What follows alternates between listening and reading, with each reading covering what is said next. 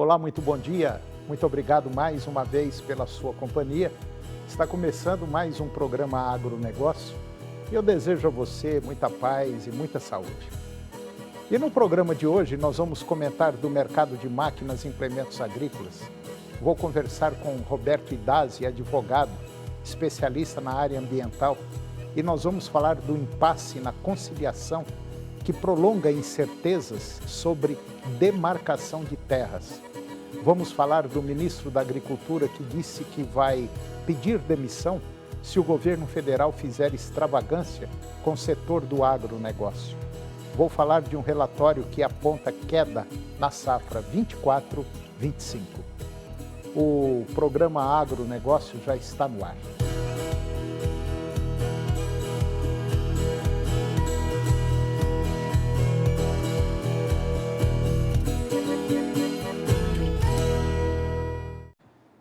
Eu começo o programa de hoje falando do mercado de máquinas e implementos agrícolas.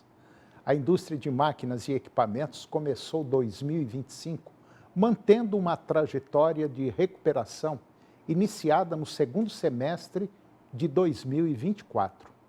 E conforme o balanço que foi divulgado agora pela Abimac, as vendas do setor na soma de mercado, tanto interno quanto externo, subiram 19,5% no comparativo com o mês passado, ou seja, com janeiro de 2024, chegando a 20,5 bilhões de reais em receita líquida. Frente a dezembro, houve uma queda de 4,6% em janeiro, mas a variação negativa ela é explicada pela sazonalidade, descontando os efeitos sazonais.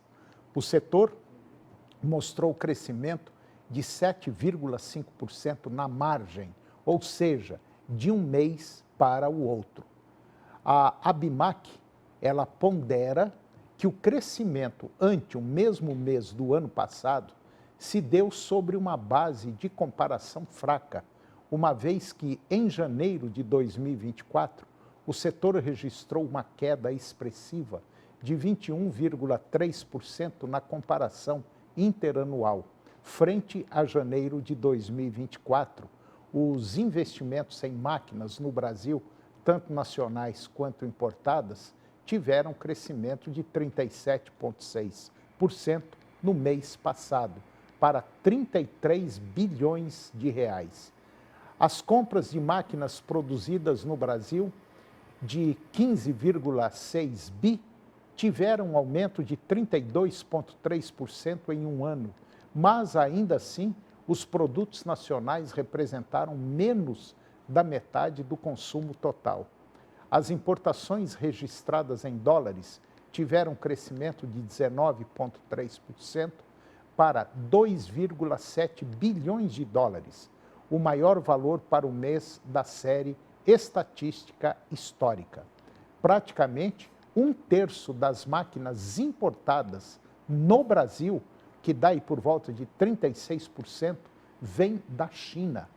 O balanço da Abimac mostra que o maior volume de importação ele foi realizado pelo setor de infraestrutura e exploração de óleo e gás.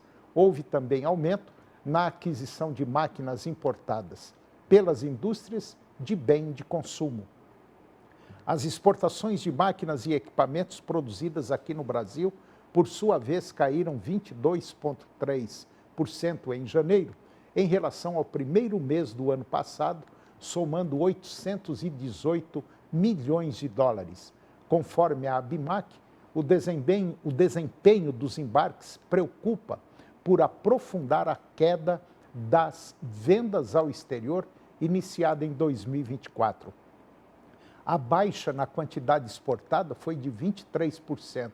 Foi intensa e é, em parte, explicada pelo encolhimento das vendas para os Estados Unidos e também para o México. O balanço mostra ainda um aumento de 0,4% na passagem de dezembro para janeiro do número de pessoas empregadas pela indústria de máquinas e equipamentos. o setor encerrou o mês passado com 400.200 trabalhadores. E agora vamos falar sobre o ministro da Agricultura, o Carlos Fávaro, que disse que vai pedir demissão se o governo federal fizer extravagância com o setor do agronegócio. Confira.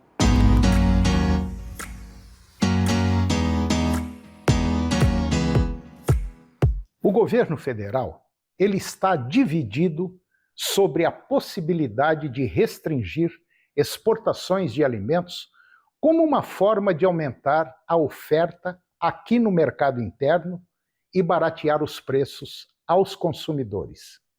A ideia de criar cotas de exportação e um imposto para exceder esses volumes máximos foi aventada, segundo duas fontes do governo que relataram à CNN em reuniões no Palácio do Planalto pelo Ministério do Desenvolvimento Agrário e também pela Casa Civil. Produtos como carne bovina, ovos, açúcar e café, todos em alta no mercado doméstico, poderiam ser alvo da medida. 3 ministérios se insurgiram contra essa hipótese: Agricultura, Fazenda e Desenvolvimento, Indústria e Comércio Exterior. O ministro da Agricultura, o Carlos Fávaro, ele foi o mais enfático nas discussões e ele avisou que pedirá demissão se o governo adotar medidas extravagantes para baixar o preço dos alimentos. A ala contrária a esse tipo de intervenção apresentou uma série de argumentos. Por exemplo, as exportações de ovos representam apenas 0,4% da produção brasileira. Outro, as vendas de carne bovina ao exterior se concentram em cortes dianteiros. Nenhuma relação, portanto, com a picanha barata que foi prometida na campanha eleitoral de 2022 e que você está esperando até hoje.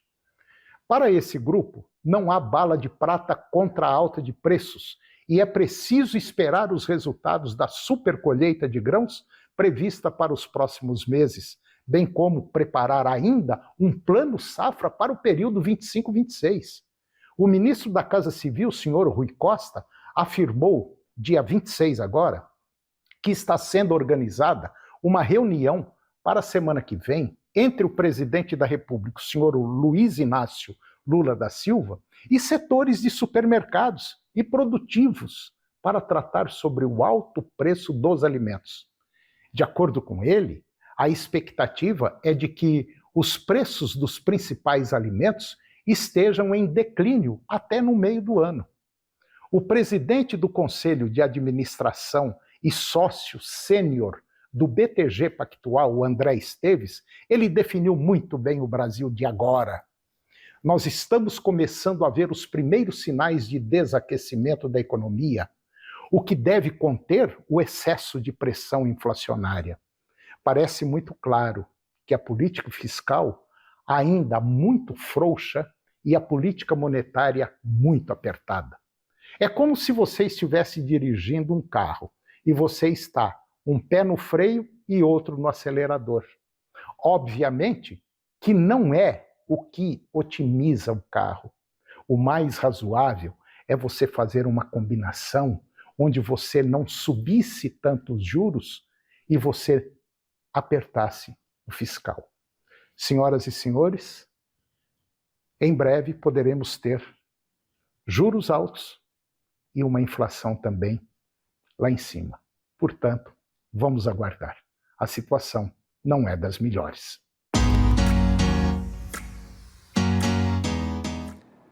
E agora vamos falar de um relatório que aponta queda na safra 24-25. E esse relatório ele foi elaborado pela consultoria Agro do Itaú BBA e aponta para a safra 2024-2025. Esse apontamento é de uma previsão de redução de cerca de 25 milhões de toneladas. É muita coisa.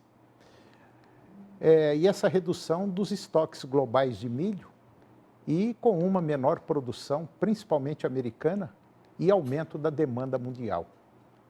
Esse estudo ele constatou que, lá em Chicago, os preços estão sustentados pela restrição da oferta mundial.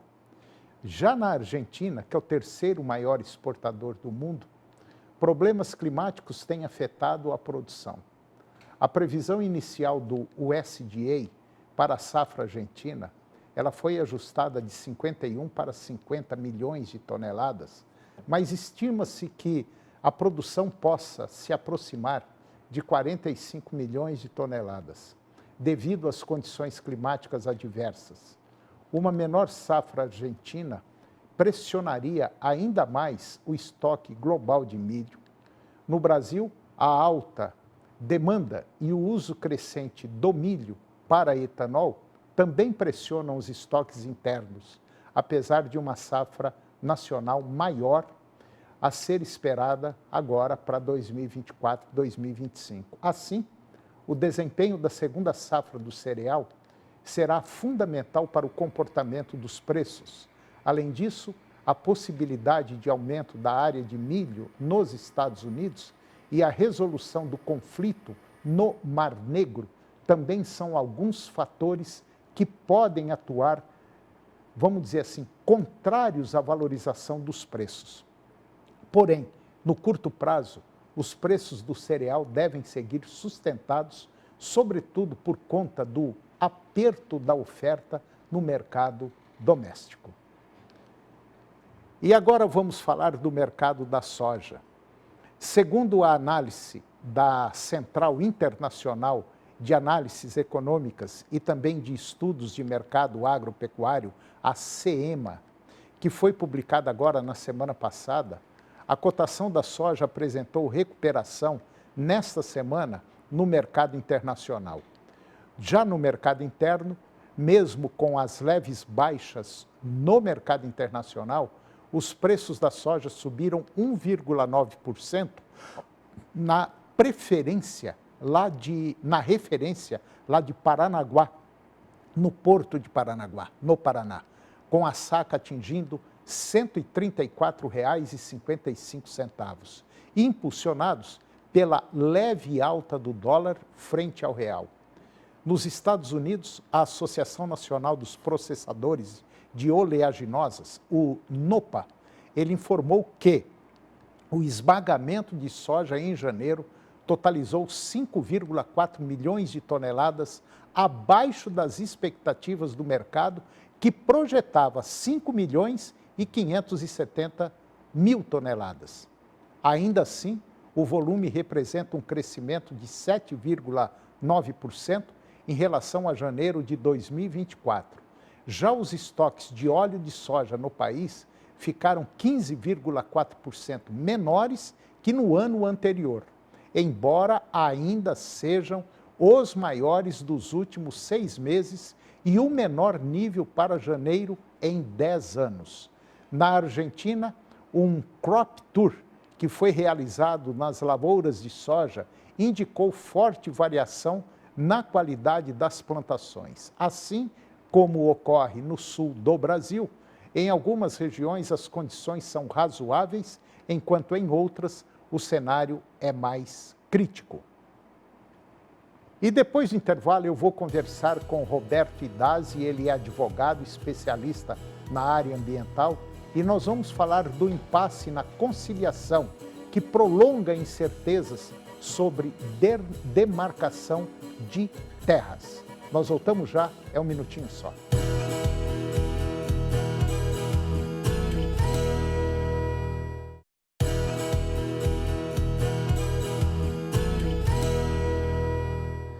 Nós estamos de volta e agora nós vamos comentar do mercado de bioinsumos. Esse mercado, ele aqui no Brasil, ele está em plena ascensão e deve ultrapassar a casa dos 9 bilhões de reais até o final da década.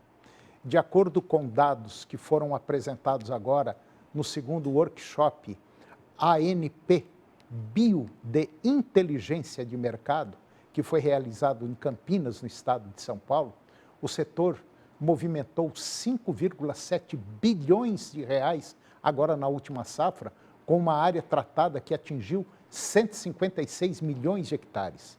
O Brasil já detém 11,3% do mercado mundial de bioinsumos e se destaca especialmente nos segmentos de bioinoculantes e biodefensivos, onde a participação nacional é de 12,6%, com projeção de atingir 16,4% até 2030. E esse crescimento ele reflete a forte adesão dos produtores às tecnologias biológicas impulsionadas por benefícios com maior eficiência no manejo agrícola e sustentabilidade. Apesar do avanço, o setor enfrentou desafios em 2024, como altos estoques de passagem, retração nas compras e dificuldades de crédito, o que limitou a rentabilidade dos produtores de grãos e, mesmo assim, o volume de vendas de bioinsumos cresceu 12,4% em relação a 2023, enquanto a área tratada aumentou 13,4%. E agora eu vou conversar com Roberto Idasi. Roberto Idasi é advogado, ele é especialista na área ambiental e nós vamos falar do impasse na conciliação que prolonga as incertezas sobre demarcação de terras.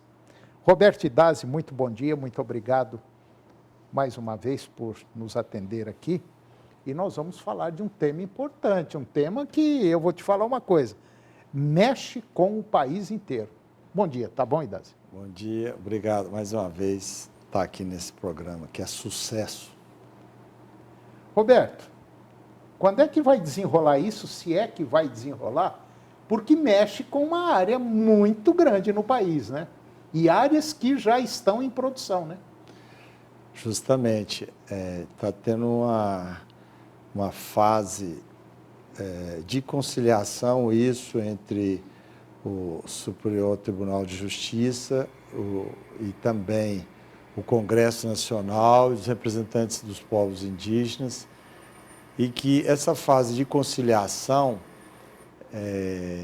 não aconteceu antes vamos falar assim, antes do Carnaval, e aí suspenderam e o Congresso, por questões do feriado do Carnaval, vai fazer a retomada dessas discussões com o marco temporal, que a gente chama, né? E onde vai definir aí algumas regras do jogo para a regularização fundiária em volta das demarcações de terras indígenas, né? É uma área muito grande, né, a ser demarcada, né? Demais.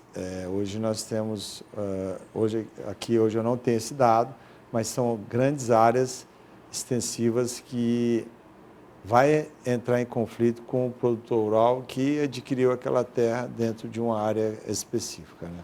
Se não me falha a memória, é uma área que muito representativa, superior a 10%, né, do território nacional. Justamente. E essa área ela vai abranger áreas que já estão em produção há muito tempo. Tem áreas até já em grandes municípios aí, que vai abranger inclusive municípios. E, se não me falha a memória também, a quantidade de indígenas envolvidos nisso aí não é tão grande assim, tão significativa em relação ao tamanho da área, né? 2 pontos que o senhor falou aí. Por exemplo, tem áreas consolidadas, o produtor já está lá Sim. produzindo há mais de 10 anos. Sim. E isso, a própria legislação dá, vamos falar assim, ganho de causa na ocupação que ele está ali, ele adquiriu. Segundo ponto, o volume de indígenas que moram naquela área é muito pequena pelo tamanho da área que eles exigem, né? Tem casos aí, não em Goiás, mas Mato Grosso, no Tocantins, aqui, nosso vizinho, são 5 indígenas querendo uma área gigantesca para poder resguardar os direitos deles. Então, assim, nós estamos até com ação lá no estado do Tocantins, protegendo os produtores rurais para que uma portaria da FUNAI não seja efetivada. Quer dizer, 5 indígenas exigindo uma área... Uma área gigante, vamos pôr aí 20 mil hectares. 20 mil hectares para 5 indígenas. Então, é um negócio desproporcional. Isso daí vai dar muito pano para manga, não vai? Vai, tem muito conflito. Os povos indígenas, representados pelas suas associações, no decorrer das audiências de conciliação, saíram da mesa de negociação, que está sendo promovida pelo Ministério Público Federal, o Superior Tribunal Federal e o Congresso Nacional que façam essas leis. Por exemplo, tem uma região, se não me falha a memória, Alto Xingu, parece, lá no Mato Grosso, divisa com Pará também. Isso. É uma área absurdamente grande para um número, vamos dizer, quase que insignificante de indígenas, né? É uma área aí quase que comparável ao tamanho, mais ou menos o tamanho aí de um país europeu, aí, o estado de São Paulo, né? Para 50, 60, 70 indígenas, né? Nós, no direito, chamamos de desproporcionalidade de uma medida jurídica em cima de uma causa, né? Esse caso não é só lá no Xingu ou no Parque Nacional do Xingu, que foi criado, né? Mas são várias áreas do país que está nesse mesmo formato, de que a área vamos falar, gigante para um número muito pequeno de indígenas para poder ocupar aquela área, viver ali, ter a sua cultura, né? Vamos falar assim. Agora, o que está acontecendo, vamos dizer, nos bastidores? Por exemplo, uma reunião de conciliação, ela serve para chegar a um acordo. Isso. Agora, pelo visto, parece que o setor, que os indígenas estão assim, reticentes e não querem abrir mão, né? Eles têm, assim, todo conflito jurídico, vamos falar dessa forma, existe a ação e a reação. Sim, né? Claro. Nós temos aí a PEC número 48 de 2023, que fala do marco temporal no Congresso, e aí temos a Frente Parlamentar da Agricultura representando o setor produtivo no Congresso, e temos as associações, vamos falar assim, dos indígenas, né? Então, tentando conciliar, a gente usa essa palavra, porque foi um chamamento do próprio Superior Tribunal Federal para tentar equalizar e também usar o bom senso, né? para que possa conciliar entre as duas partes, né? Nós temos um exemplo claro ali no Xingu, vamos falar assim, parceria público-privada entre os indígenas e os produtores de soja, onde o produtor de soja produz ali na área que é dos indígenas, que ele já comprou lá anteriormente, na área consolidada, e os indígenas têm uma participação nessa produção. Entendi. Então, assim, já é uma solução do que ter um formato já tem pelo menos uma luz, nem que seja fraca, acesa, né? Tem, mas eu acho que é um modelo bem bacana aí para se fazer, né? Pelo menos ajuda conciliar, todo mundo. Ajuda eu não todo saio mundo. da minha área, você também não sai, Os e você dois, recebe pelo... Isso, pelo uso da sua área, na minha produção. Mantém a sua tradição. Pronto, é um formato bacana de se pode ser uma saída até inteligente essa daí. Justamente. Tá certo. Bom, se você é aqui de Goiás, Tocantins, ou se de qualquer outra região e tiver algum problema aí relacionado com essa área ambiental, pode procurar aí o Dr. Roberto Idazzi, que é especialista nessa área ambiental. O telefone dele é o 629-9224-7623. 629-9224-7623. Dr. Roberto Idazzi, mais uma vez, muito obrigado pela sua participação e até a próxima. Obrigado. E abrir um parênteses aqui, Antônio. Nós podemos depois, em outros momentos, construir uma agenda dos impasses jurídicos para o agro nesse ano de 2025. Tá certo. Tá bom. Falou, meu irmão. Obrigado. Obrigado, até mais. E o programa de hoje chegou ao fim. E eu termino o nosso programa com a seguinte frase: quem não sabe o que busca, não identifica o que acha. Muito obrigado pela sua companhia, que Deus os abençoe e até o próximo programa.